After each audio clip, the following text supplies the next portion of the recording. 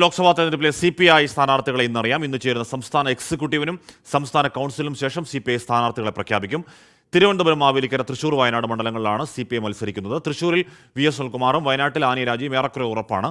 തിരുവനന്തപുരത്ത് പന്ന്യൻ രവീന്ദ്രനെയും മാവേലിക്കരയിൽ CA അരുൺകുമാറിനെയും പരിഗണിക്കുന്നുണ്ട്.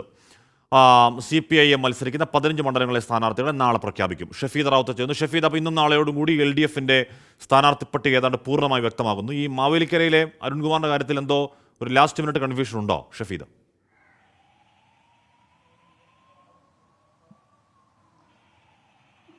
അശ്മി, CPI മത്സരിക്കുന്നത് 4 സീറ്റുകളിലാണ്. തിരുവനന്തപുരം, മാവേലിക്കര, തൃശ്ശൂർ, വയനാട്. ഇതിൽ 4 സീറ്റുകൾ നേരത്തെ സംസ്ഥാന നേതൃത്വം ഒരു പേര് ചർച്ച ചെയ്തിരുന്നു. ഓരോ പേരുകൾ വെച്ച് ചർച്ച ചെയ്തിരുന്നു. അതിൽ ഏറ്റവും പ്രധാനം തിരുവനന്തപുരത്ത് പന്ന്യൻ രവീന്ദ്രൻ, മാവേലിക്കരയിൽ AIF നേതാവ് CA അരുൺകുമാർ, തൃശ്ശൂരിൽ VS സുനിൽകുമാർ, വയനാട് ആനി രാജ എന്നുള്ളതാണ്. പക്ഷേ ഇതിൽ ഏറെക്കുറെ അതേ കാര്യങ്ങൾ അതേപോലെ തന്നെ സംഭവിക്കും. പക്ഷേ മാവേലിക്കരയുടെ കാര്യത്തിലാണ് ഇപ്പോൾ ചില ആശയക്കുഴപ്പങ്ങളും അതേപോലെ തന്നെ ടെസ്റ്റുകളും നമ്മൾ പ്രതീക്ഷിക്കുന്നത്.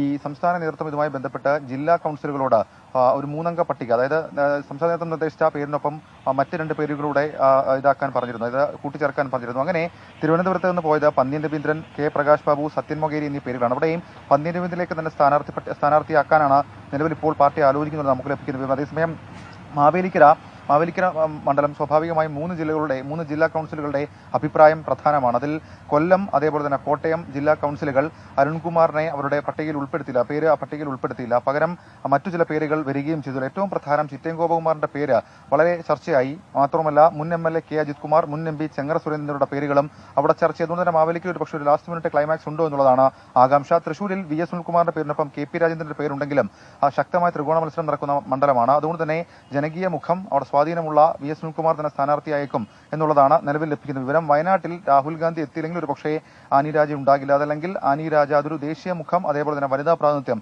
ഇതടക്കമുള്ള കാര്യങ്ങൾ ഉറപ്പിക്കാൻ ആനി രാജ എന്ന പേരിലേക്ക് CPI നേതൃത്വം എത്തും എന്നുള്ളതാണ്. ഏതായാലും വൈകിട്ട് 5 മണിക്ക് ഔദ്യോഗികമായി CPI സ്ഥാനാർത്ഥി പ്രഖ്യാപനം നടത്തും. ഹഷ്മി, അപ്പോൾ ഇന്ന് CPIയും നാളെ CPMും സ്ഥാനാർത്ഥികളെ പ്രഖ്യാപിക്കുന്നതോടെ അതിൻ്റെ LDFന്റെ കാര്യത്തിൽ ഫൈനൽ തീരുമാനത്തിലേക്ക് എത്തുന്നു. പിന്നെ UDF ആണ്, അത് നാളെ ലീഗിൻ്റെ തീരുമാനം വരാൻ പോകുന്നു. 3-ാം സീറ്റുണ്ടോ, രാജ്യസഭാ സീറ്റാണോ, ബാക്കിയുള്ള തീരുമാനത്തിൽ അത് ഉടനെ എന്തായാലും 100% ലോക്സഭാ ഇലക്ഷൻ വൈബിലേക്ക് കടക്കുകയാണ്. BJPയുടെയും സ്ഥാനാർത്ഥി പട്ടിക ഉടൻ ഉണ്ടാകുമെന്ന് അറിയാനും കഴിയുന്നു.